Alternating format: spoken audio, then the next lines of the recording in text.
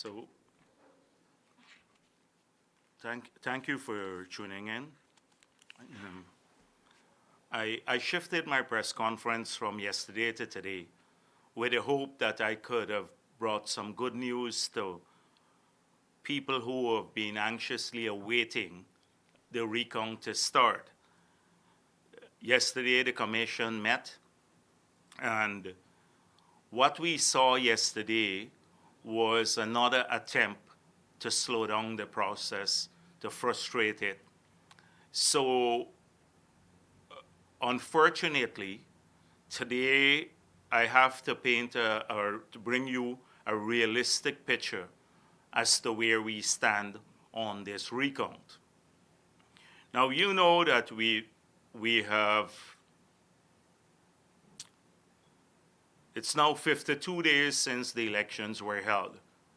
And nowhere in the entire world, in the history of democracy, has a country not declared their winner of an election after 52 days of holding an election. So we're in uncharted waters. We're making history, but not in a good sense, because what we have seen is a serious attempt by APNU AFC with staff of GCOM and the commissioners, some commissioners of GCOM, in a serious attempt to rig the elections. And this, if people thought that this ended with the fraudulent declaration of Mingo, they're wrong. The process is ongoing. Even as we speak, they're trying to create the conditions so they can sabotage the recount or tamper with the results of the recount. So we were hoping that the chair of GCOM, after the court matters were dealt with, would have expeditiously moved forward with the recount. And all we asked for in the PPP was that it be done quickly and transparently.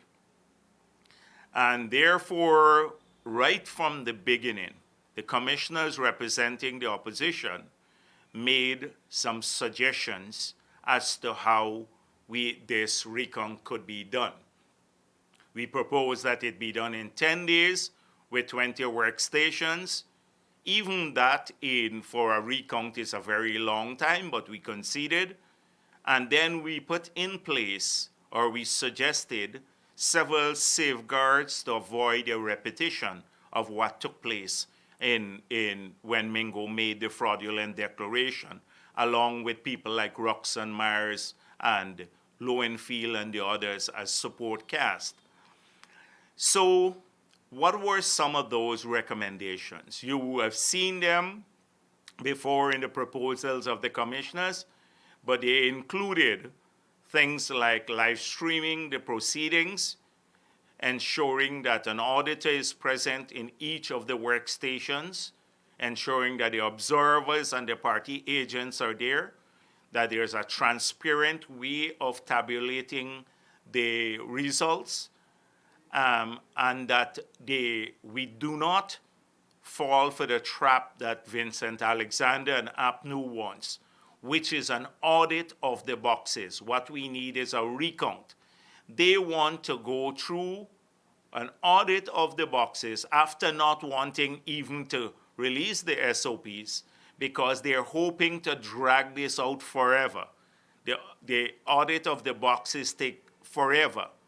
In each of those boxes, you'd have a tally sheet. They don't want to read out the numbers on the tally sheets because it's easy. You open the boxes, you take the tally sheets out, which are there signed by the presiding officers, and immediately you can know who got what vote. But they don't want that. They want to go after a whole range of extraneous issues. So we said, stick with the law, the Representation of People's Act. We made those proposals. For several weeks now, the chair has been prevaricating, dilly-dallying, procrastinating on making decisions. So last Thursday, they had a meeting of the Elections Commission, and she said, I'm ready to move forward, and I will send you my decisions by email on Friday.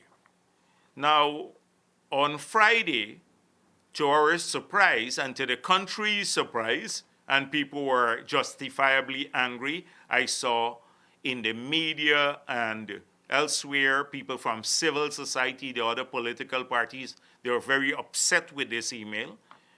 All that the email said was there should be no more than 10 workstations subjected to the availability of requisite equipment and technology, that each workstation should tabulate its own results, and for security reasons, all the workstations should be located inside of the conference center building.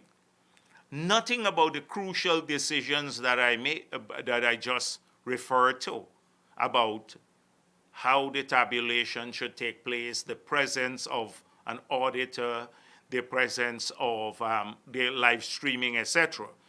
So as a result of this email, I got Anil Nandalal to write on my behalf to say how disappointed we are. Wrote the chairperson a long letter outlining all the areas where decisions had to be made to ensure transparency of a recount and to avoid the repetition of what took place when the coup was pulled off blatantly, barefacedly, in front of the entire diplomatic community and the observers. So we are saying if there is no measure that is live streaming, etc., you could very well have a repetition of that. We pointed out to the chair about the indecision and the timelines and the country being frustrated and the need for urgency, and we said, and the need for transparency. In that, we received a letter from the chair responding to her letter, the letter we sent her. And she said, Dear Mr. Nandalal, I acknowledge receipt of your letter on the subject at caption and have duly noted the contents contained therein. Kindly be advised that the full commission is still deliberating on key operational matters in relation to this exercise, with a hope of announcing a start date for the national recount within the shortest possible time. Now, they had been deliberating for several weeks before that on these very same issues.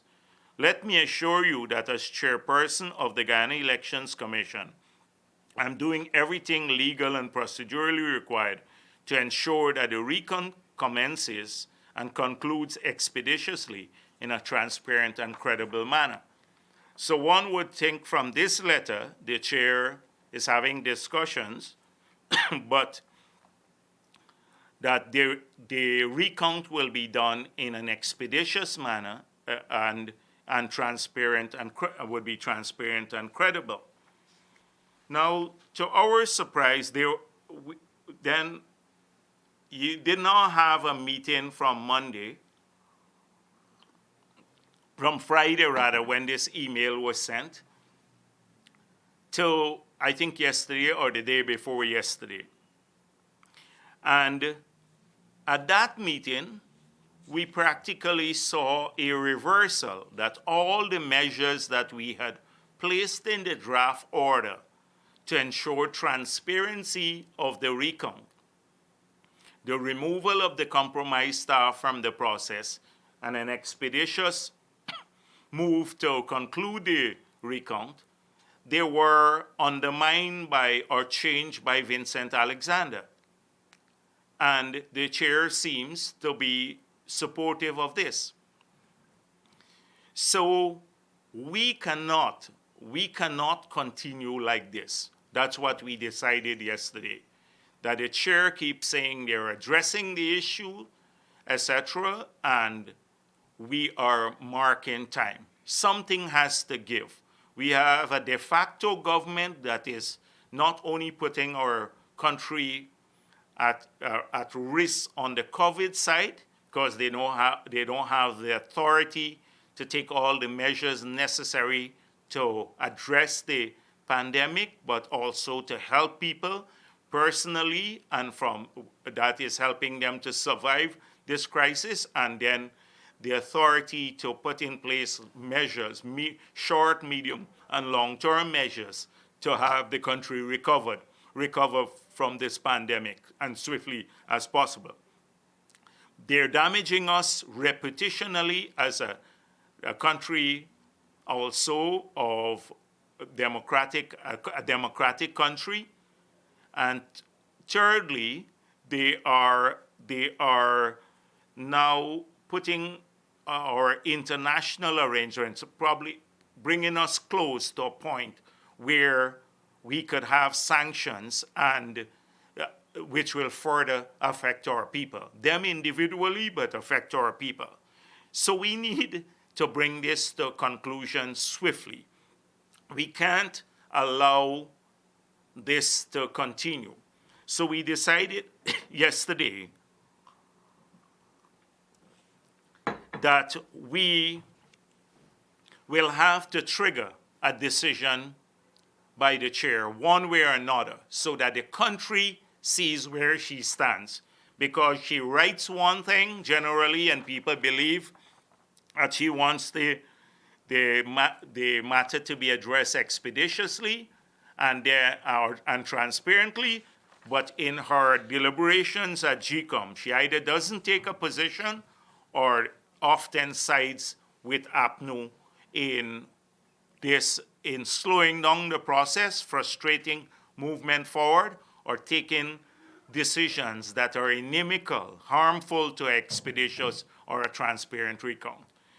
So 10 resolutions were drafted yesterday by the People's Progressive Party and the commissioners who represent the opposition, and they were tabled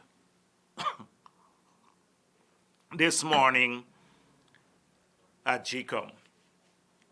And these decisions had to be made before any order can be concluded. So a lot of people in the public domain have been saying, why not have a decision on? I see some of the members of civil society and some of the smaller parties arguing that we should know where the chair stands on critical issues. Well, the resolutions that we put before GCOM today, these resolutions were designed to ensure that the country knows exactly what we are dealing with at GCOM and how difficult and frustrating the process has been. Because one day you think you're making progress, and the next day something that is done there either by the staff or the chair or the commission then sets us back again. So the 10 motions relate to, number one, a release of the SOPs for Region 4 to the commissioners of GCOM. Two, someone from another resolution on the audit office or a firm, an accounting firm, audit firm, to observe the count. Three, a motion to live stream the entire process. Four, a motion that the recount will be done in 14 days. Five, the resolution that the compromised staff will be removed from the process. Six, that the recount is not an audit and it must be done strictly in accordance with the Representation of People Act. Seven, that there be measures to ensure transparency at tabulation and at the tabulation center, and these were outlined in the resolution. 8, that districts 1 and 4 be done to the completion, because there was a decision to start with 1 and 4. And you have to complete these 2 districts before you move on to 2 other districts. 9, that the international observers be all invited back immediately. And 10, that a motion to set aside the fraudulent declaration of Mingo and Lowenfield's report to the commission. Now, these motions or these resolutions, if we have positions on them, they're all, then we can move forward swiftly to have the order in place. And as you see, they're all designed to ensure transparency of the process. So the chair today, I'm going to voted against several of these. And later today, we will release the 10 resolutions, and we release how the chair voted on each so that the country will see what she voted against and what she voted for.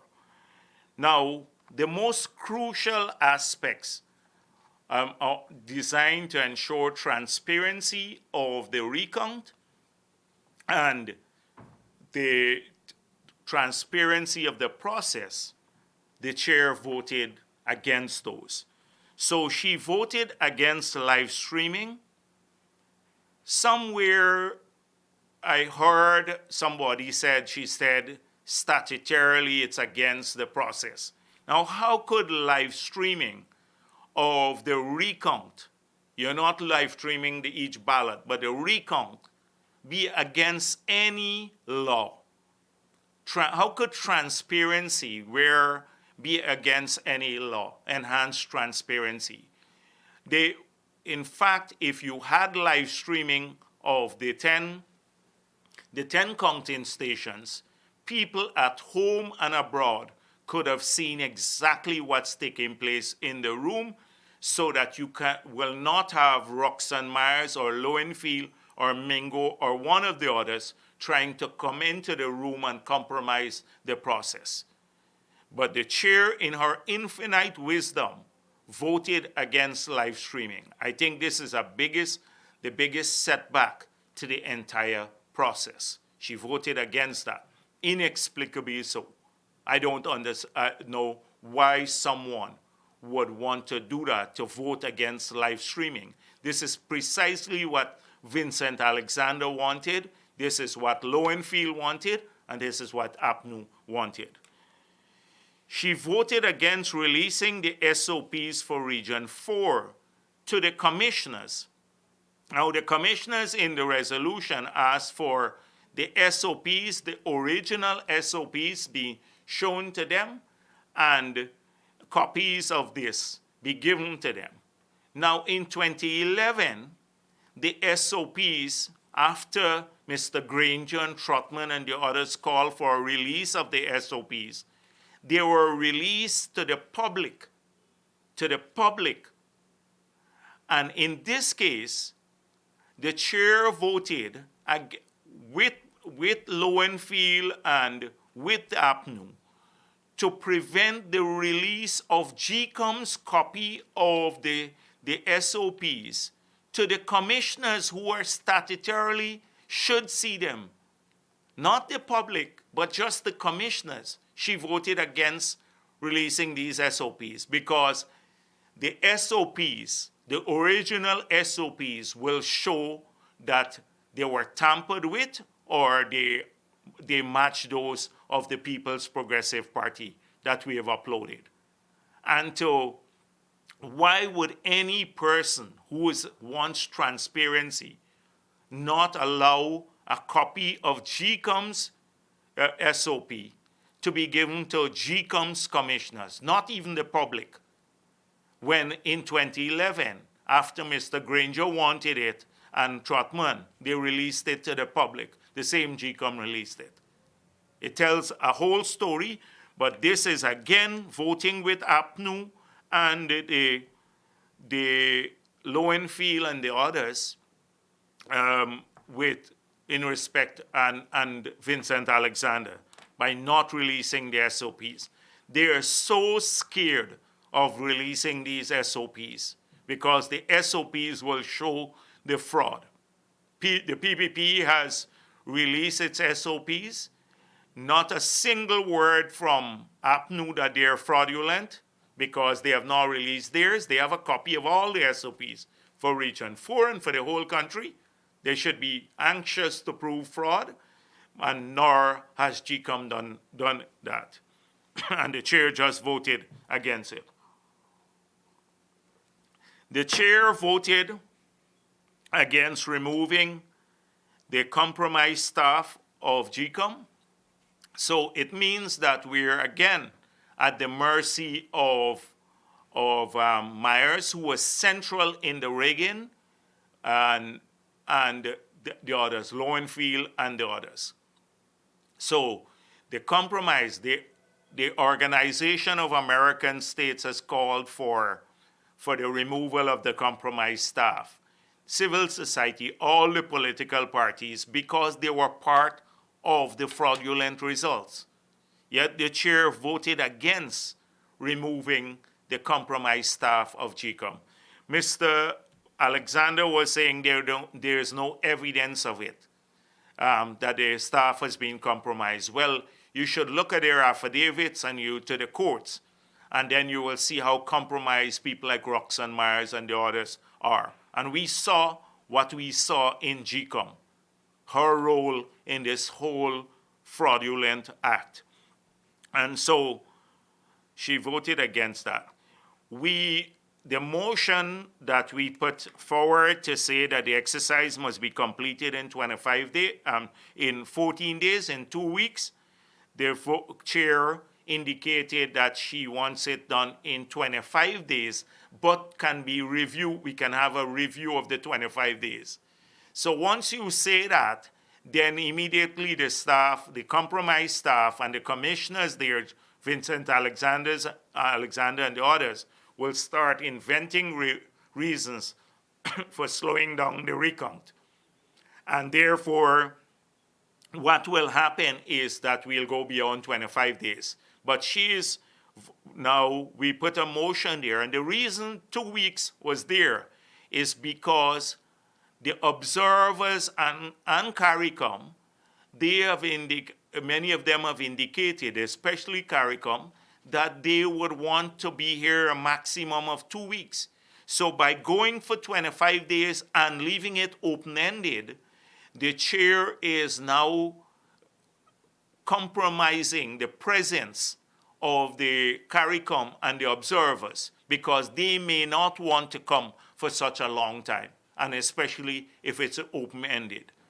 And so effectively, this is precisely what Vincent Alexander and the others wanted, to delay it so that you don't have an international presence there, and CARICOM will not want to come in on conditions where they have to remain here forever, especially in light of the COVID, and people want to be with their families. So effectively, she could be undermining the presence of CARICOM and the international observers. And when in relation to the declarations, the fraudulent declarations made by Mr. Mengo and the report by Lowenfield, after Vincent Alexander's performance yesterday in the media, where he said they're all still legal, the declarations, today the chair has said that although earlier she said it was set aside, they were set aside. She said now they are held in abeyance until after the recount. So it seems as though there is a great deal of pandering to the APNU and Vincent Alexander and the Reagan cabal. And now what we have seen in today's Chronicle, their mouthpiece of APNU, is that the PPP is frustrating the recount process. not the riggers in GCOM, the staff as well as the commissioners, and their intellectual authors like Harman and Trotman and the others, who are trying to slow down this recount, and I believe contrary to even Granger's wishes, they are trying to undermine the process, because it seems as though A. Vincent Alexander is taking direction from that cabal and he's not in contact with the president on this matter. So the cabal is running the show at GCOM through Alexander and the compromise staff. We have seen an enormous amount of procrastination from stalling, from the Secretariat staff coming up with a 156 days plan, fumigation by Valda Lawrence of the Convention Center, the COVID task force wanting to quarantine observers. APNU has been delaying the recount through their commissioners and the staff of GCOM, and enabled by the chair. And this is why we had to put these motions to ensure that the country sees exactly where we stand today. The country sees exactly where we stand today, and to ensure so that they can judge the chair based on what she has been saying and based on her actions and her vote today at GCOM, whether she truly wants transparency in the recount and avoidance of a repetition of what took place and an expeditious recount. So we intend to release these motions and how the votes how the chair voted, and so that the country will see this. Now, somebody says to me, and last week I dealt with this, a question came about, do you think they will try to compromise the recount? And I said then that it is entirely possible. Entirely possible. It's not so far-fetched, given what they did in the GCOM building in front of the entire observer group, the party representatives and the representatives of various governments here, the US government, the Canadian, the British, and the European Union ambassadors. So it is entirely possible that they will attempt this again.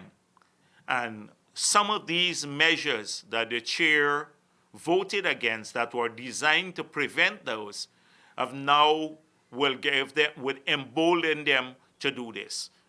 So we have to be very vigilant. We have to know exactly where we stand. But last week, I also said this is their last hope of avoiding personal sanctions, and because the only reason that they have avoided this so far is because the international community believes that there is hope to peacefully and to transparently and legitimately end this process. And if they tamper with the process, that means the results remain tainted. The results that Lowenfield, that Mengo declared and Lowenfield put in his report, the entire international community has seen that as fraudulent.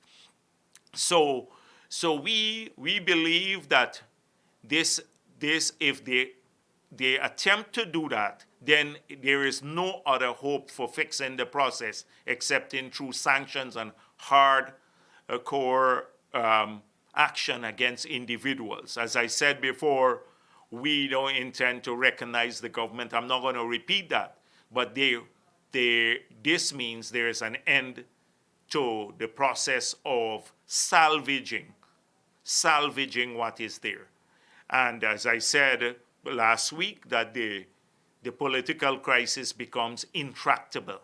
As the OAS secretary, the OAS statement said, it is not yet intractable because we still have the recount, and if it's done transparently, then a legitimate government could be sworn in, and we can move on with the national task at hand. The moment they try to compromise that, and don't think they can do it in the dark of night and people will not know.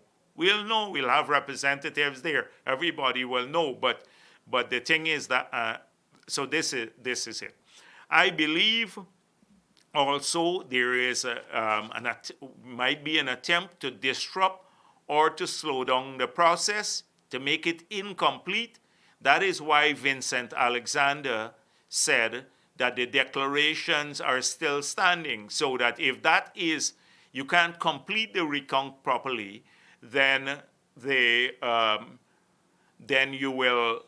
can fall back on the old results. Now, falling back on the old results would mean using the fraudulent declaration by Mingo to declare the president. And that has already been condemned, and people, the international community has made it clear that any swearing in, any president who is sworn in on the basis of that result or those declarations will be seen as de facto illegitimate, and sanctions would apply. So I don't know, they're backing themselves into a corner every single day, but the corrupt cabal doesn't care much. When you look at all the revelations in the newspapers about the billions in assets that they have acquired through land deals and everything else, that people like Harman and Trotman and the others, I think they're mortally afraid of a change of government, and that what could be exposed. And therefore, those who are close to them, some businessmen, they don't care too much about the country. They're hanging on for dear life. And therefore, they are trying to forge ahead. But the consequences will fall on President Granger, because he'd be the first to be declared illegitimate, illegal, and he'd be sanctioned first. He will lead the country towards that. I've seen attempts, if they're genuine, by the president to distance himself from some of the cabal's activity. So this is the very same cabal that is talking about power sharing, but in their dossier they said that Jagdeo and Irfan Ali are criminals, and that the PPP is in bed with drug dealers. That's what they sent to the US government. But locally, they're saying, let's have power sharing. Why would you even want power sharing with crooks and criminals and people who consort with drug dealers? That narrative, they sent abroad. So the whole dossier fiasco, as you have seen, and by the way, we have filed a complaint with the Justice Department against the firm. That complaint, there have been companies that have been penalized heavily through huge fines and other measures, even imprisonment, for misleading the Justice Department of the United States of America. And therefore, we have filed a complaint that they misled the filings, the FARA filings, misled the US government when they claim to be representing the government of Guyana. Now, Harman has backtracked and said it is not the government, it's APNU, and Ramjatan has said the same thing. So it meant the filing with FARA was fraudulent, it was fake, and all of the congressmen and the others and those to whom they have distributed this dossier, now this company has illegally done so because they've done so on behalf of the government of Guyana, when the government of Guyana, through President Granger's statement, made it clear that he did not hire this company, he doesn't know who they are. So that cabal is hanging on. They are at the center of things, but the sanctions will go hopefully on them first and their families. They have families who are major beneficiaries abroad of their illegalities here. And we are doing some research on that too, to make sure that those people who are putting our country at risk, imagine so many days pass and just you can't have a result as yet. That they are the first to be dealt with. Now, there is another thing that the chair voted against. So you know that Region 4 has been where the dispute has been. There is a dispute over the SOPs. In fact, it's fraudulent. But one of the motions was to complete. They decided to start with 2 regions first and then move on to other regions. But in the order that they're drafting on their work plan of GCOM, they want to be counting Region 4 whilst they're counting all other 9 regions. So you can't complete Region 4 until you complete 9 others. I don't know what this chair, what she's thinking, but Region 4, she's pandering to Vincent Alexander and Apno again. Region 4 is where the disputed results were. And therefore, we conceded that you can start with 2 regions, but you have to complete those 2 regions before you move to other regions. So they want to complete 1, but not complete 4, then move to 2, but not complete 4, then move to 3, not complete 4. That is what she voted for today. And so the country is going to see exactly where the chair stands on these matters, because something has to give. We can't continue with this situation very much longer. I know that across the country, people are frustrated. The PPP supporters have been calling me, etc. Many want to protest, and we may very well do that in a safe way, given the COVID. But I've avoided and I've been dissuading them from any mass action, which could lead to even a further spread of the coronavirus. And so people right now, we have to exhaust this situation and then we can move on. It's either sanctions or not, an illegal government or not. And beyond this, there is no power sharing or no attempt to involve people. If they decide to go this route, if they decide to put this country at risk, it means that they don't have the best interests of this country at heart. And the PPP will not, beyond this, negotiate that beyond the declaration of the result, negotiate with people who don't have the country at heart, if we have to go the hard route. So when the first thing I made it clear that our position is clear 100%, is because they keep talking about inclusive governance and all of that. I made it clear what's in our manifesto. We believe in what we put in our manifesto about a governance model for the future. But right now, we have to declare these elections. 52 days passed. We need to do so on the basis of an expeditious, transparent recount that yields the results that are legitimate, and have a president sworn in on the basis of those results. So we will be releasing later today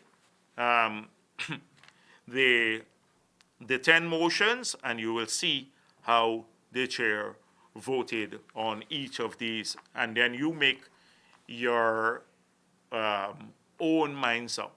So they don't even, for some of my colleagues, not colleagues, but people who've been writing, we should just get the SOPs, the chair to agree to use the SOPs to tabulate the GCOM's copies of the SOPs, the unaltered one, to tabulate the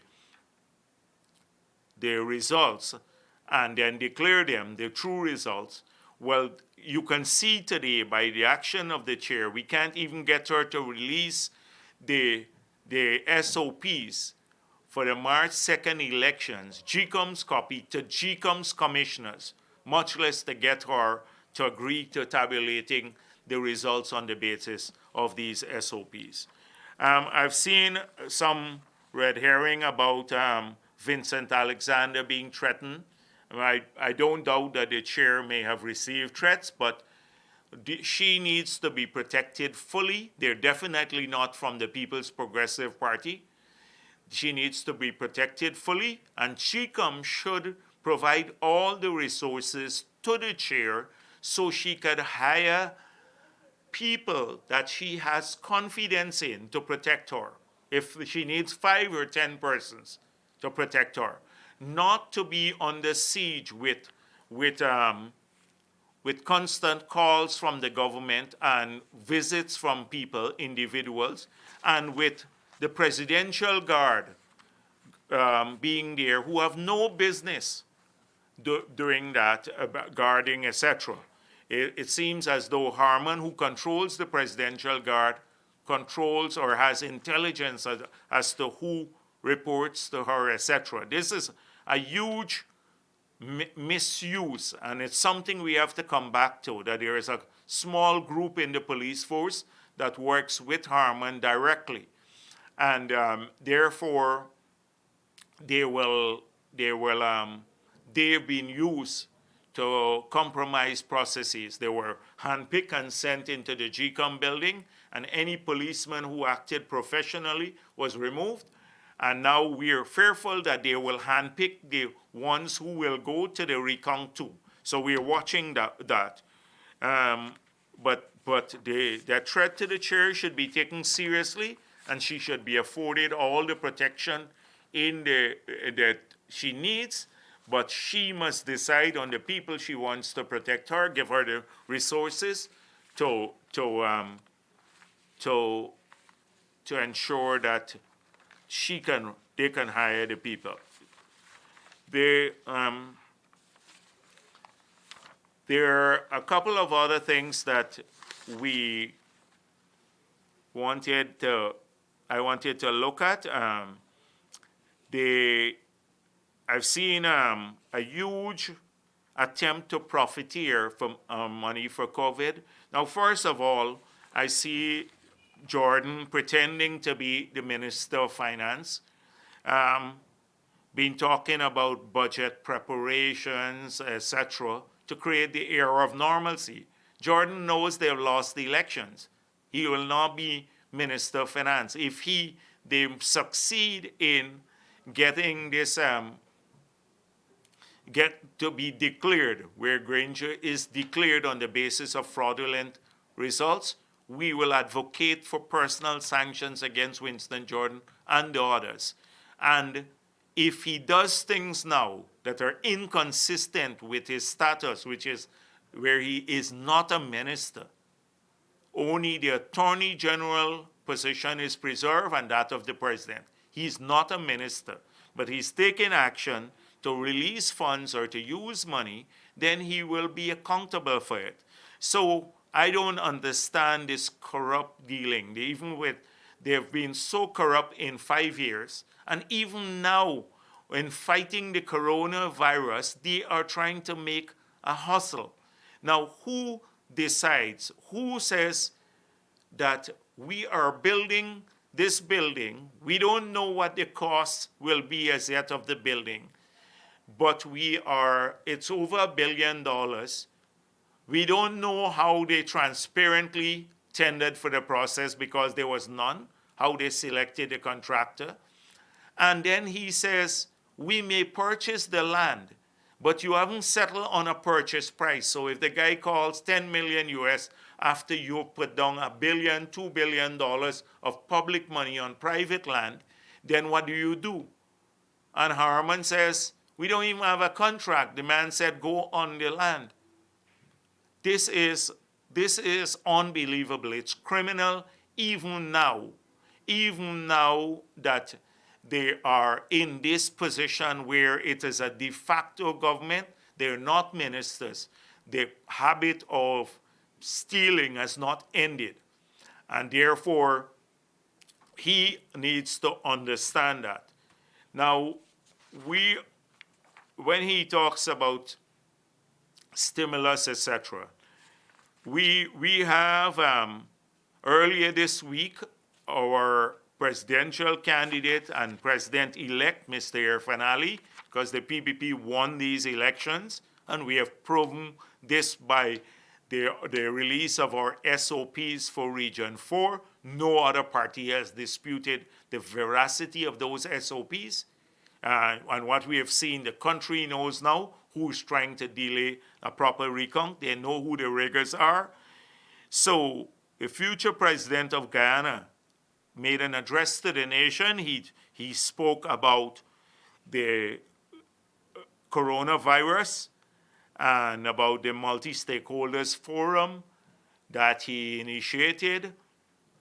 He spoke extensively about some of the measures that, after consulting with professionals, that need to be put in place or enhanced.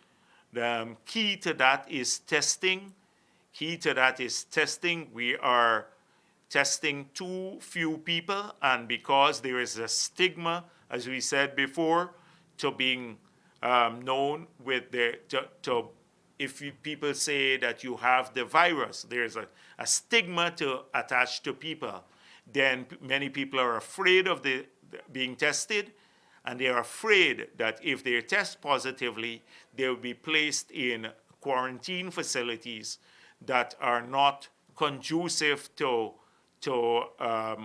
the non-spreading of the virus, or that are in conditions that are livable.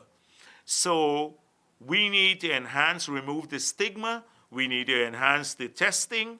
Look at a couple hundred people, 300 odd people have been tested so far. Unbelievable.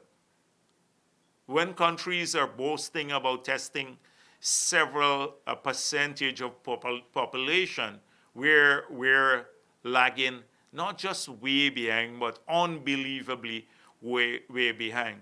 And what may even happen is that we've just seen in New York and many other places yesterday, in fact, there was an article in New York Times about some testing for antibodies. We haven't even started testing for coronavirus at a scale, much less to be testing for antibodies. That you could have about this central New York, over 13% of New York State and even more of New York, about 20% of New York City has tested positive for the antibodies. That meant that they had the virus and they didn't even know about it, when just a fraction of that, 10 times less, have been identified through the test as being coronavirus positive. So there may be a large number of people who have contracted the disease and were asymptomatic, and it just passed.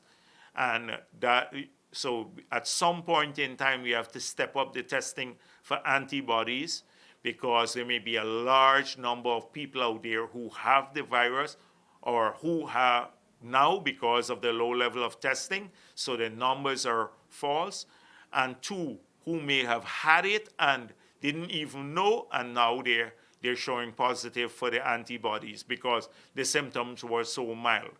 So we need to do much more. As I said before, Dr. Ali has outlined several measures here that he believes that we should address after consulting with the multi-stakeholder forum and many professionals, that will enhance our fight against the coronavirus. He has also outlined some ideas about financial and economic relief, and so to the populace at large, at the household level and at the level of companies, because they both need assistance. The household to survive this period, and the companies to make sure that as soon as this is over, that they can get back to working.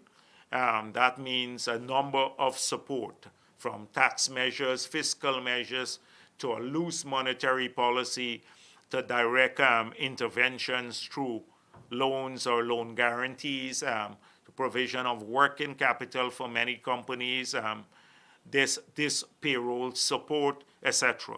So it is a number, he has outlined a number of measures that hopefully can not only bring relief to people now when they need it, particularly at their household level, but they can bring relief to the companies as soon as we resume economic activities. And hopefully we can shorten the pain with these measures that people have to the period in which they suffer these hardships. He has outlined supporting measures for workers' welfare as well as social support, um, from housing payments to utility payments, a whole range of stuff. So I would urge you to look at his address earlier this week, in which he outlined several measures to tackle the coronavirus, immediate measures to tackle it from a health perspective, and then from the perspective of assistance to the household and companies, and assistance ranging from financial, economic support, social, and work, of course, support for their workers. He outlined some of the problems with what is happening in the economy now, the state of the economy, although we don't have comprehensive data now about how much of a decline there has been in terms of economic output and jobs. Now, I saw the Minister of Finance boasting about the highest growth rate all in spite of the COVID. This guy is just a clown. Of course, the only reason is because Exxon started producing. But the futures, you saw what happened to the futures for oil. It fell below zero. People were paying for you to take the oil. And that it's forecast that low oil prices will persist for a while, because even if you resume, first of all, the demand fall is by far outstripping the cut in production. Two, even if you have a return to demand in the near future, and that depends on the nature of the recovery.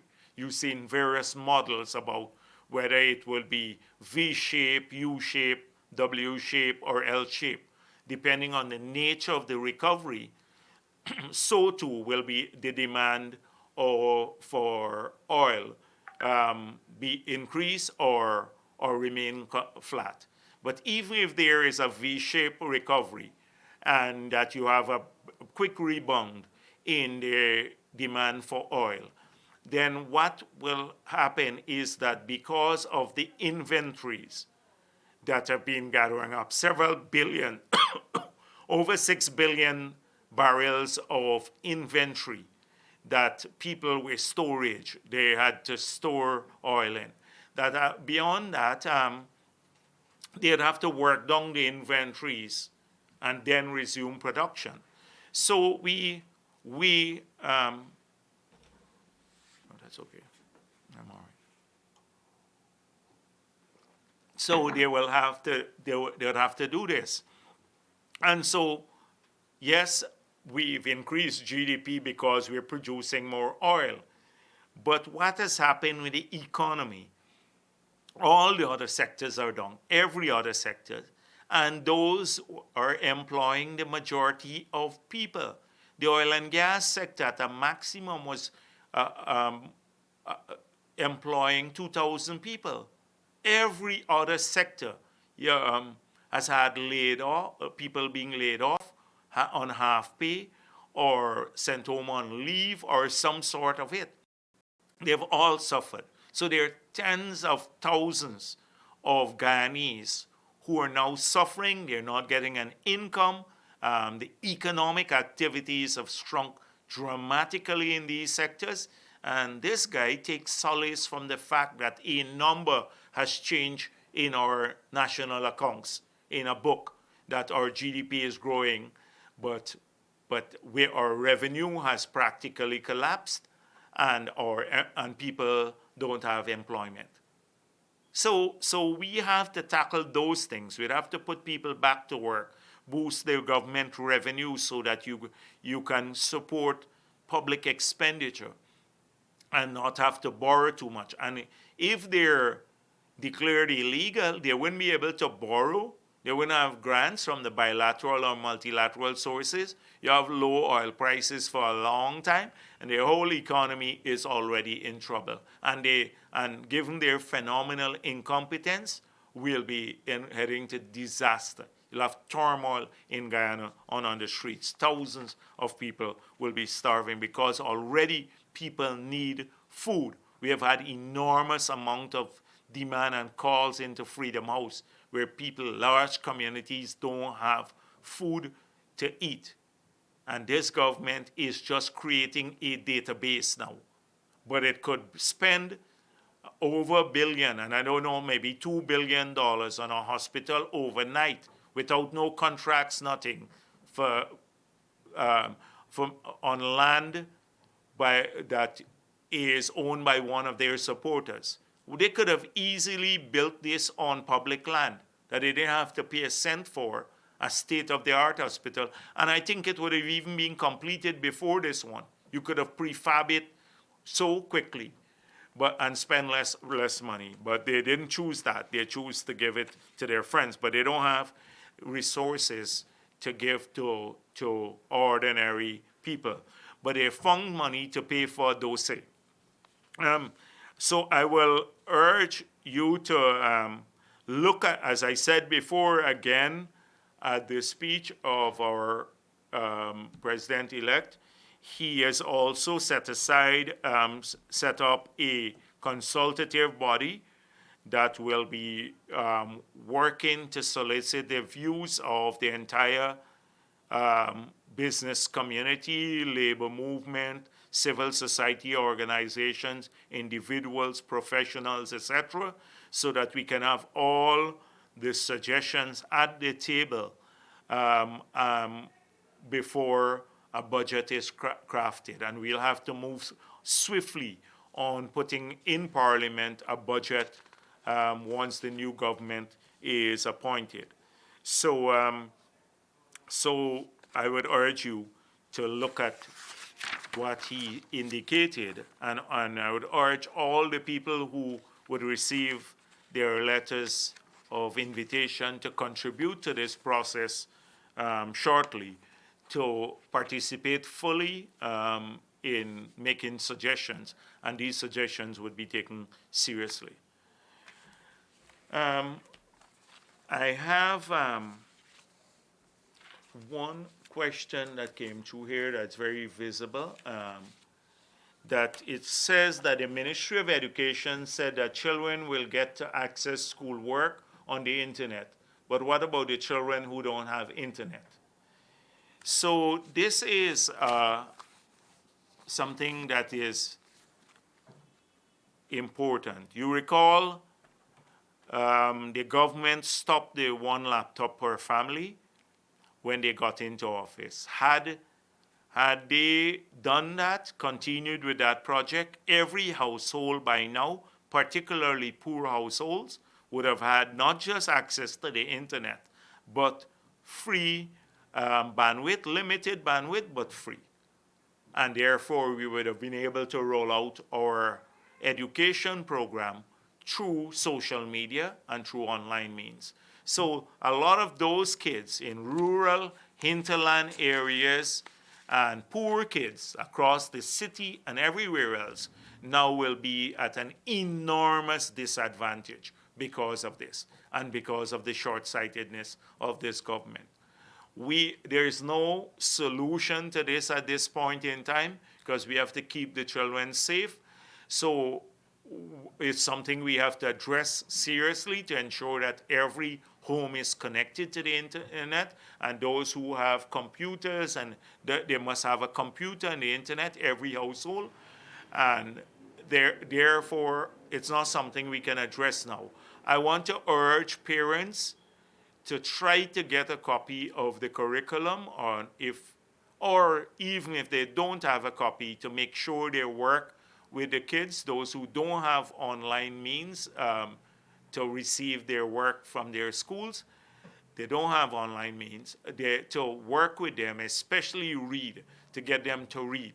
You know, even if they can't do all the subjects like maths and sciences, etc., because the parents may not have the proficiency in addressing all of these issues, or they may not have the syllabus. But if you just get the kids to read extensively in this period, get books for them, or get them to, you know, well, if they don't have a computer, they can't go online, but try to get books for them to read as far as possible. Anything you find, the newspapers, whatever you can find, or this would be useful at this point in time. But unfortunately, there is no solution now, because you can't stop providing the online education to those kids who have the internet. You can't do that. You also have to continue doing that. But it's so sad that many of our children would be left back. And I wonder if they do the curriculum and those kids online, those kids who don't have access to the internet or a computer or a laptop, or a iPad or something of that nature, where they can interface with the teachers, they would have to find a way to ensure that once school resumes, that those children are not at a disadvantage. Because if the others move forward in the class, then they will be at a serious disadvantage, because they would miss a significant part of the syllabus. So I hope that our education professionals are thinking this through carefully, to make sure that we address this situation, and we do so with equity, and we make provision for poor people too, and those who don't have access to online means. That's the question that I have today. Thank you very much.